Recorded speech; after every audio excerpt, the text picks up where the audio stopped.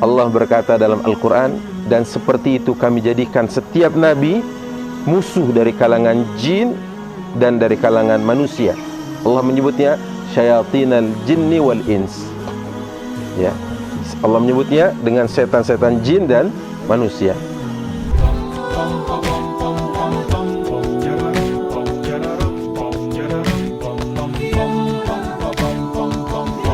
Kalau bukan sekarang kita sungguh-sungguh, kalau bukan sekarang kita maksimalkan, kapan lagi? Belum tentu Ramadan yang akan datang itu dipergilirkan lagi oleh Allah untuk kita. Dalam meningkatkan amal ibadahnya kepada Allah Tabaraka wa Ta'ala. Maka jangan sampai kita tidak bersungguh-sungguh dalam menjamu tamu yang agung ini.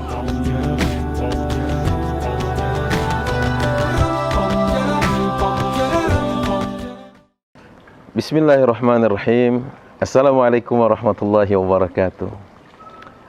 Benarkah syaitan diikat dan dibelenggu?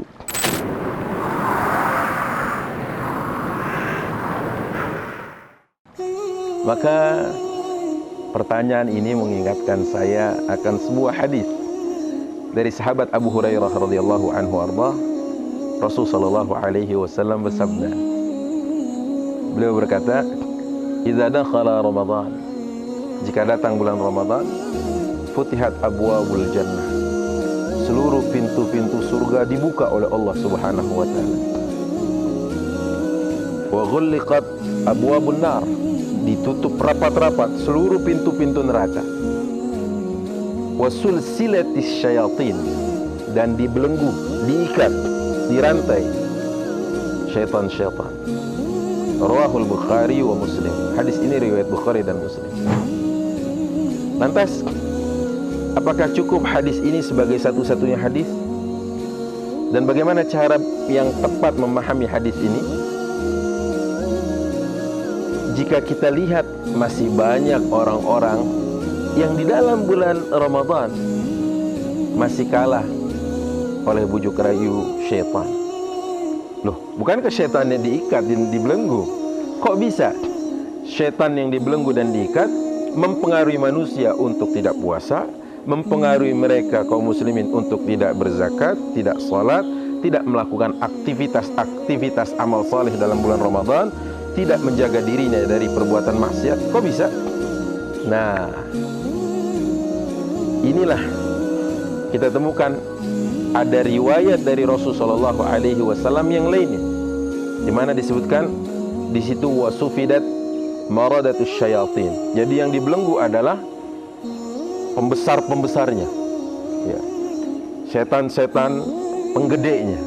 Adapun yang kecil-kecilnya, menurut para ulama, masih tetap berkeliaran, masih tetap mengganggu.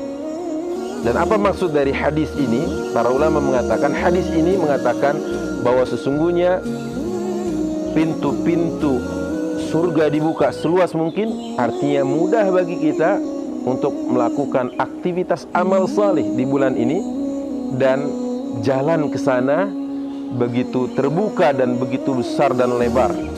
Sekaligus semangat kita untuk mengerjakan amal soleh di bulan ini sedang memuncak dan tinggi-tingginya. Ya, mungkin di antara faktornya adalah banyak pihak yang menemani kita, banyak pihak yang memotivasi kita, banyak pihak yang menjadi teladan kita, banyak orang yang kita lihat, banyak orang yang membersamai kita untuk melakukan amal soleh tersebut. Dan apa maksud wa ghuliqatin nar, wa ghuliqat abwabun nar, dan ditutup pintu-pintu neraka?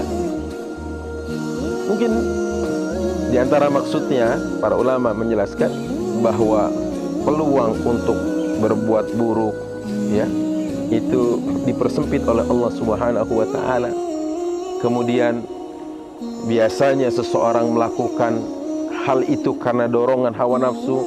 Pada saat berpuasa, dia kekang hawa nafsunya, dia didik nafsunya, berkurang makanannya, yang secara umum para ulama mengatakan banyak makan ini, ya, besar kemungkinan syahwatnya, dorongan nafsunya juga tinggi, tapi terkekang dia untuk itu. Dan di sana sini orang orang-orang menjadi pihak yang menguatkan dan mengingatkan orang tersebut untuk meninggalkan maksiat, ya. Inilah yang kemudian pintu-pintu neraka ditutup rapat-rapat dan syaitan-syaitan dibelenggu.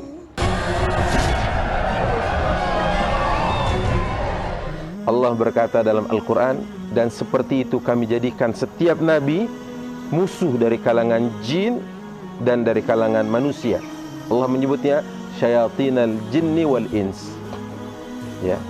Allah menyebutnya dengan setan-setan jin dan manusia.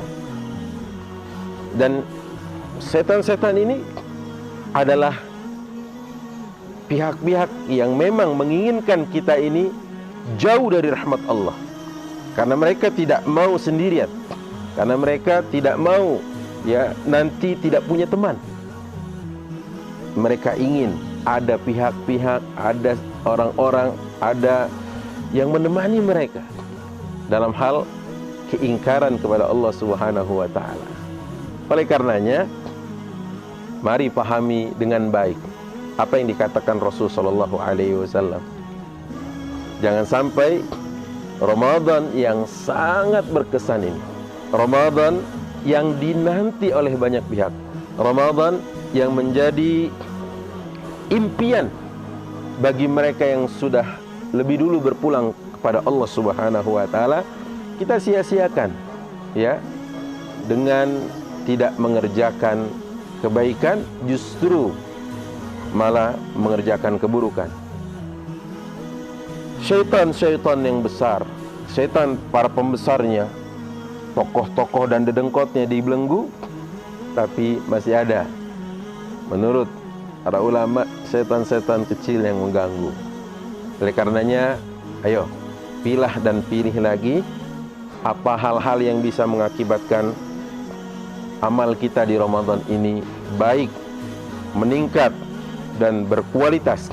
Apa sekiranya yang menyebabkan amal kita ini, ya, berkurang, tidak berfaedah, tidak berkualitas, dan jauh dari nilai kebermanfaatan dan kemaslahatan. Karenanya sekali lagi, ayo, kalau setan dibelenggu, maka jangan jadi setan pengganti buat mereka dalam tugasnya. Justru jadilah kita penyeru-penyeru kebaikan, setelah pastinya kita adalah orang yang lebih dulu mengerjakan kebaikan itu semuanya. Mari sama-sama kita berharap kepada Allah agar Ramadan ini menjadi Ramadan terbaik kita. Wassallallahu wasallam ala sayyidina Muhammad walhamdulillahi rabbil alamin. Assalamualaikum warahmatullahi wabarakatuh. Assalamualaikum warahmatullahi wabarakatuh. Sahabat Syamam, setiap pertanyaan-pertanyaan yang masuk dalam kajian-kajian Gurunda Ustadz Ahmad Ridwan, insya Allah akan kita bahas dalam sesi Q&A Sapa Ustadz AR. Jazakumullah khairan katsiran kepada seluruh jamaah, dan teruslah menebar dakwah meraih jannah.